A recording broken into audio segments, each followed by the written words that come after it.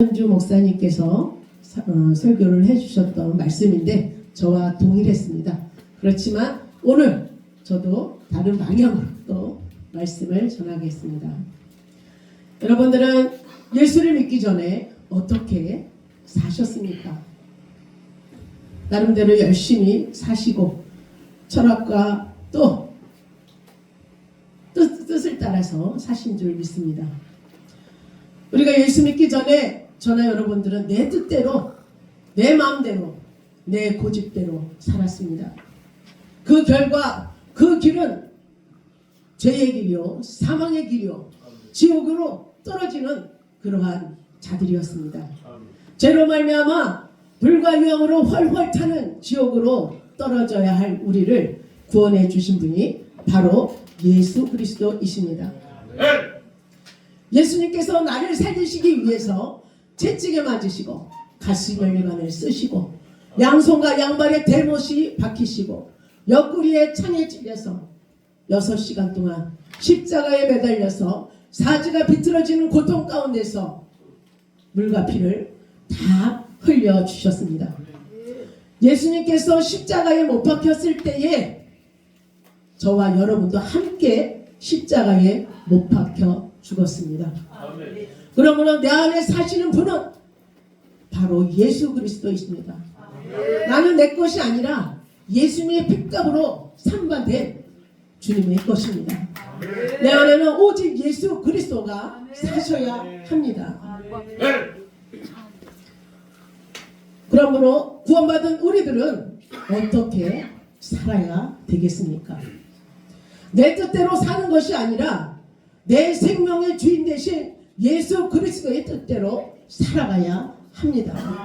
이것이 생명의 길이고 소망의 길이고 평안의 길인 줄 믿습니다. 사랑하는 여러분들, 우리의 삶의 주인이신 예수님께서 오늘 우리에게 명령하셨습니다. 항상 기뻐하라, 쉬지 말고 기도하라, 범사에 감사하라. 이는 그리스도 예수 안에서 너희를 향하신 하나님의 뜻이다 라고 말씀하셨습니다. 여러분들 항상 기뻐하십니까? 쉬지 말고 기도하십니까? 범사에 감사하십니까? 그러면 승리하는 줄 믿습니다. 우리의 싸움은 혈과 위의 싸움이 아니요 공중의 권세 좀 악한 영들과의 싸움입니다. 그러므로 사탄은 호시탐탐 우리를 공격하고 누리면서 우리를 쓰러뜨리려고 합니다. 그러나 우리가 항상 기뻐하고 쉬지 말고 기도하고 범사에 감사하면 원수마귀가 다 떠나갈 줄 믿습니다. 하나님을 향한 우리의 뜻, 첫 번째 항상 기뻐하라 라고 말씀하고 있습니다. 항상이란 계속적인 멈추지 않는 끊임없이 기뻐하라는 말씀입니다. 좋을 때만 기뻐하십니까? 기쁠 때만 좋아하십니까? 기쁠 때나 좋을 때나 힘들고 어려울 때 일이 잘 안 되고 내 뜻대로 안 될지라도 연단과 고난과 어려움이 있을지라도 우리는 항상 기뻐해야 되는 것입니다. 왜 그렇습니까? 우리는 구원받은 하나님의 백성이 되었기 때문입니다. 세상 사람들은 죄로 말미암아 불과 유황으로 타는 못에 들어가 영원토록 고통을 받지만 저와 여러분들은 내가 받아야 할 형벌을 예수 그리스도께서 받으셨기 때문에 우리를 불 가운데서 건짐을 받아서 천국으로 옮겨지고 예수 그리스도를 나의 주님으로 영접함으로 하나님의 자녀가 되는 권세를 받았습니다. 여러분들 이 신분을 돈으로 살 수 있습니까? 노력으로 얻을 수 있는 것입니까? 선행으로 가능합니까? 아닙니다. 오직 예수 그리스도를 믿음으로 하나님의 은혜로 주신 선물인 것입니다. 영원한 지옥불 구덩이에 떨어져서 영원토록 고통받아 우리들을 햇빛보다 더 밝은 눈물도 고통도 슬픔도 아픔도 없는 천국에서 영생 복락을 누리며 예수님의 영광 가운데 영원하게 살게 하신 그 사랑과 은혜가 얼마나 크고 감사합니까? 이 한 가지 사실만으로도 우리는 기뻐해야 될 줄 믿습니다. 그러므로 우리에게 있는 문제들을 바라보지 마시고 예수 그리스도를 바라보시고 천국을 소망하시기를 바랍니다. 누가복음 10장 20절에 귀신들이 너에게 항복한 것으로 인하여 기뻐하지 말고 너의 이름이 하늘나라의 생명책에 기록된 것을 인하여 기뻐하라 라고 예수님께서 말씀을 하셨습니다. 예수님께서 70명의 전도인을 마을로 보내면서 전도하게 하셨습니다. 둘씩 짝을 지어서 마을로 가서 복음을 전했습니다. 기도를 했습니다. 악한 귀신이 떠나갔습니다. 병을 고쳐줬습니다. 제자들은 너무나 기뻤습니다. 우리도 이렇게 귀신을 물리치고 병을 고칠 수 있구나. 돌아와서 예수님께 자랑을 했습니다. 하나님, 예수님, 우리가 예수의 이름으로 안수하고 기도하니 귀신이 떠나가더이다 라고 이렇게 기뻐했습니다. 그때 예수님께서 뭐라고 말씀하셨습니까? 귀신이 너희들에게 항복한 것으로 인해서 기뻐하지 말고 너희의 이름이 하늘나라의 생명책에 기록된 것을 인하여 기뻐하라 이렇게 말씀하셨습니다. 우리의 이름이 예수님을 통해서 하늘나라의 생명책에 기록된 것을 생명책 기록돼서 천국 들어갈 수 있는 것이 축복이요 감사인 것입니다. 그러므로 우리가 이 땅에서 어떠한 성공을 이룬다 할지라도 그것보다 더 기뻐할 것은 구원받은 하나님의 백성이 되었다는 사실입니다.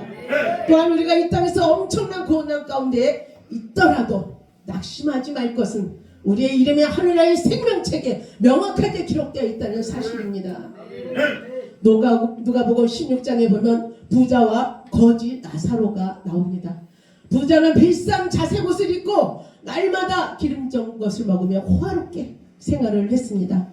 그러나 거지 나사로는 대문 밖에서 부자에서 떨어진 버려진 부스러기를 먹으며 개들이 헌대를 핥을 정도로 질병으로 고통을 받으며 살았습니다.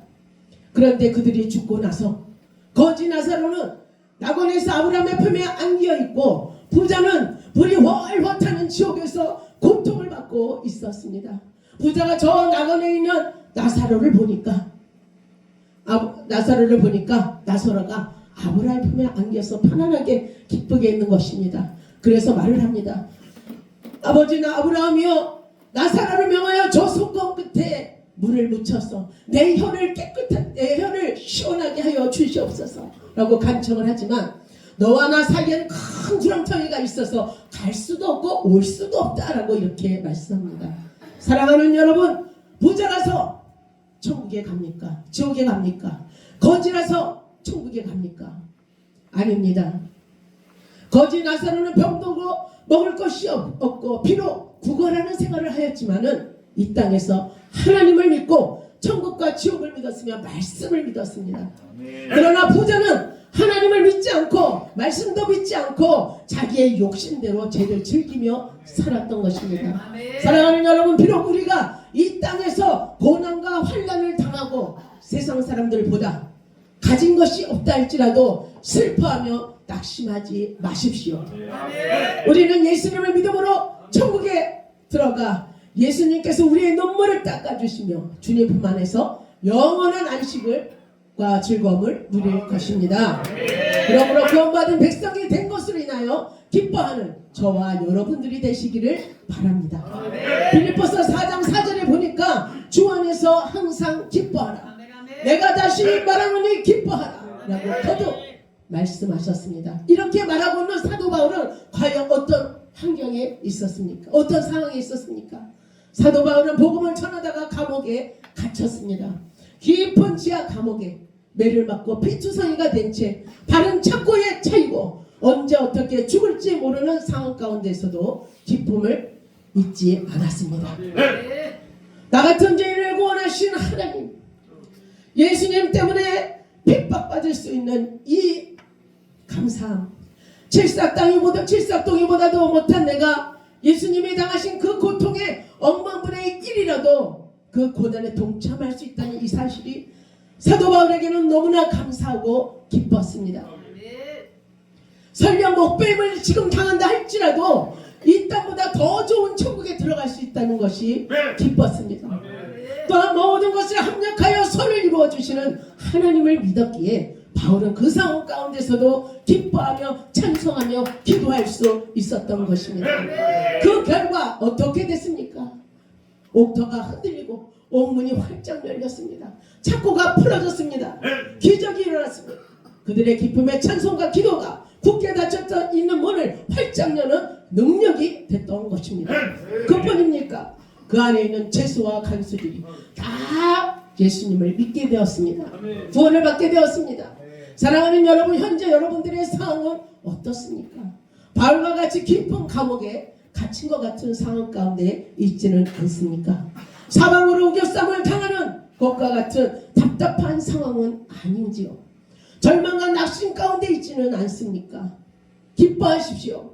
나는 하나님의 구원을 받은 백성이요, 하나님은 지금도 나와 함께 하시고 가장 좋은 길로 인도하시는 선하신 하나님을 믿고 기뻐하시기를 바랍니다. 우리가 기쁨으로 찬송하고 부르짖어 기도할 때에 우리의 묶여있고 매였고 갇혀져 있는 모든 것이 풀어지고 열어지고 자유케 되는 그런 기적이 일어날 것입니다. 두 번째, 하나님의 뜻이 무엇입니까? 쉬지 말고 기도하라 라고 말씀하셨습니다. 우리를 향한 두 번째 뜻은 쉬지 말고 기도하라. 기도는 축복의 통로입니다. 우리가 하나님께 믿고 구하는 것을 받을 수 있는 통로인 것입니다. 사랑하는 여러분, 여러분들이 하나님께 기도해서 응답받지 못한 것이 있습니까? 아마 뒤돌아보면 응답받지 못한 것이 하나도 없을 것입니다. 우리가 기도하지 못했기 때문에 얻지 못한 것입니다. 또한 기도 응답이 빨라지냐 늦어지냐에 달려있지, 하나님은 반드시 하나님의 때에 응답하십니다. 그래도 응답받지 못한 기도가 있습니까? 그렇다면 정력으로 쓰려고 잘못 구한 기도일 것입니다. 그러므로 아무것도 염려하지 말고 주실 것을 감사함으로 쉬지 말고 기도하시기를 바랍니다. 우리는 왜 쉬지 말고 기도해야 합니까? 기도는 영적인 호흡입니다. 여러분들, 코를 지금 한번 잡아보십시오. 3분 동안 숨을 쉬어보지 마십시오. 살아날 사람이 있습니까? 여기에? 다 죽을 것입니다. 그것과 마찬가지로 우리가 기도를 쉬면 우리의 영이 죽습니다. 그러므로 우리는 쉬지 말고 기도하셔야 됩니다. 마태복음 26장 41절에 예수님께서 시험에 들지 않게 깨어 기도하라. 마음에는 원하는데 육신이 약하도다 라고 말씀을 하셨습니다. 예수님께서는 겟세마네 동산에서 조금 있으면은 십자가에 못 박혀 모진 고통 속에서 처참하게 죽을 것을 알고 계셨습니다. 너무나 두렵고 떨렸습니다. 그래서 말씀하시기를 내가 심히 고민하여 죽게 되었다. 나를 위해서 기도하라 하며 슬퍼하셨습니다. 예수님께서는 몸을 엎드리시고 머리를 땅에 대시고 간절하게 기도하셨습니다. 얼마나 간절하게 기도했던지 땀방울이 빗방울로 변했습니다. 그렇게 간절히 기도했을 때 천사가 내려와서 기도를 돕더라 라고 말씀하고 계십니다. 예수님께서 주여 이 잔을 내게서 말씀하셨다면 이 잔을 내게서 옮겨 주시옵소서. 그러나 그렇지 않을지라도 주여 내 뜻대로 마시고 아버지의 뜻대로 되기를 원한다라고 기도하셨습니다. 그런데 제자들은 기도하라고 부탁했는데 잠을 잤습니다. 예수님이 말씀하십니다. 너희가 어찌하여 한시도 그렇게 깨어서 기도할 수 없느냐. 이렇게 말씀하셨습니다. 사랑하는 여러분들, 우리도 주의 종들입니다. 하루에 1시간 이상은 기도를 해야 합니다. 그렇지 않으면 시험에 들 수밖에 없습니다. 예수님은 이렇게 간절하게 피땀 흘려 기도하셨기에 그 무서운 십자가를 지을 수가 있었던 것입니다. 그러나 제자들은 깨어 기도하지 못했기 때문에 예수님을 부인하고 예수님을 팔아버리고 큰 시험에 들었던 것입니다. 사랑하는 여러분들, 쉬지 말고 기도하셔서 시험을 이기고 환경을 이기고 축복의 문을 여는 기도의 능력자들이 다 되시기를 바랍니다. 세 번째, 하나님의 뜻은 범사에 감사하라 라고 말씀하고 있습니다. 범사란 무슨 뜻입니까? 어떤 형편에 있든지 무슨 일을 당한지라는 뜻입니다. 여러분, 이 자리에 있는 것도 하나님의 은혜입니다. 여러분들이 아파서 암이 걸려서 병원에 지금 누워 있다면 얼마나 고통스러우시겠습니까? 눈이 있는 것도 감사, 코가 있는 것도 감사, 귀가 있는 것도 감사합니다. 여러분 듣지 못해 보십시오. 얼마나 답답한가. 여러분 눈이 보이지 않고 실명해 보십시오. 얼마나 답답하고 얼마나 고통스럽겠습니까? 아무 일도 할 수가 없습니다. 그런데 우리에게 이렇게 밝은 눈을 주시고 귀를 열어주시고 눈을 열어주시고 손발을 주셔서 이날 주님의 일을 할 수 있다는 사실이 얼마나 감사합니까? 그러므로 우리는 범사에 감사해야 합니다. 구원받은 이 한 가지 사심으로만도 감사하는데 또 이 모든 것을 주신 하나님, 모든 것을 합력해서 선을 이루어 주시는 내 아버지 하나님이 계신다는 사실에 감사하시기를 바랍니다. 사탄은 우리를 넘어뜨리려 장애물을 놓지만은 하나님은 그것을 통해서 오히려 화가 변하여 복이 되게 하시고 슬픔이 변하여 기쁨이 되게 하시고 우리의 믿음을 연단하고 성장시키는 좋으신 하나님을 믿고 감사하시기를 바랍니다. 구약에 야곱의 아들 요셉이 나옵니다. 요셉은 원치 않는 고난의 과정을 통해서 애굽의 총리 대신이 되었습니다. 17살에 약한 이스라엘의 촌소년이 세계에서 제일 강한 애굽의 총리 대신이 될지 어떻게 알았습니까? 하나님의 섭리는 신묘 막측한 것입니다. 요셉은 형들로부터 그 20냥의 노예로 팔렸지만은 낙심하지 않았습니다. 하나님께서 꿈을 보여주셨습니다. 어렸을 때부터 꿈을 보여주셨습니다. 하나님께서 요셉을 통해서 그 가족들에게 큰 유익을 끼칠 거라는 그런 꿈을 2번씩이나 엮어서 꾸면서 요셉은 꿈을 꾸게 됩니다. 하나님께서 나를 들어서 사용하실 거야. 그러면서 기도했습니다. 그런데 형들에게 팔려서 노예가 되었습니다. 그러나 그 상황 가운데서도 낙심하고 절망하고 분노의 길을 간 것이 아니라 하나님 앞에 기도했습니다. 하나님의 꿈이 이루어지게 하여 주시옵소서. 하나님 나를 들어서 사용하여 주시옵소서. 날마다 간절히 기도했을 때에 성령의 충만함과 지혜가 활짝 열어져서 바로의 꿈을 해석할 수 있는 그런 지혜가 있었던 것입니다. 그 꿈을 해석해주고 그 가뭄을 위기에서 해결할 수 있는 그런 방안을 만들어냅니다. 그래서 애굽뿐만 아니라 이스라엘 또 전 세계 가뭄을 해서 백성들을 살리는 그런 인물이 되었던 것입니다. 욥은 어떻습니까? 욥은 동방의 의인입니다. 하나님을 경외하여 하나님께 인정을 받은 자였습니다. 그러나 사탄의 참소로 욥은 고난을 당합니다. 하루아침에 재산이 다 날아가고 10자식이 한꺼번에 죽는 일이 생겼습니다. 그뿐입니까? 몸에는 악창이 나서 피고름이 나고 뒤쪽으로 팍팍 끓고 피가 나고 고름이 흘러내리고 그리고 온몸은 구더기가 뒤엎었습니다. 잿더위에 앉아서 욥은 하나님을 원망한 것이 아니라 예배를 드렸고 하나님을 찬송했습니다. 욥의 아내가 그것을 보고 이 머저리 같은 사람아, 어떻게 이 상황 속에서도 찬송하며 하나님을 예배할 수 있느냐? 차라리 하나님을 저주하고 죽어버려라, 이렇게 저주를 퍼붓고 떠나버렸습니다. 그러나 요셉은 말합니다. 내가 모태에서 적신으로 나왔으니 적신으로 돌아갈지라.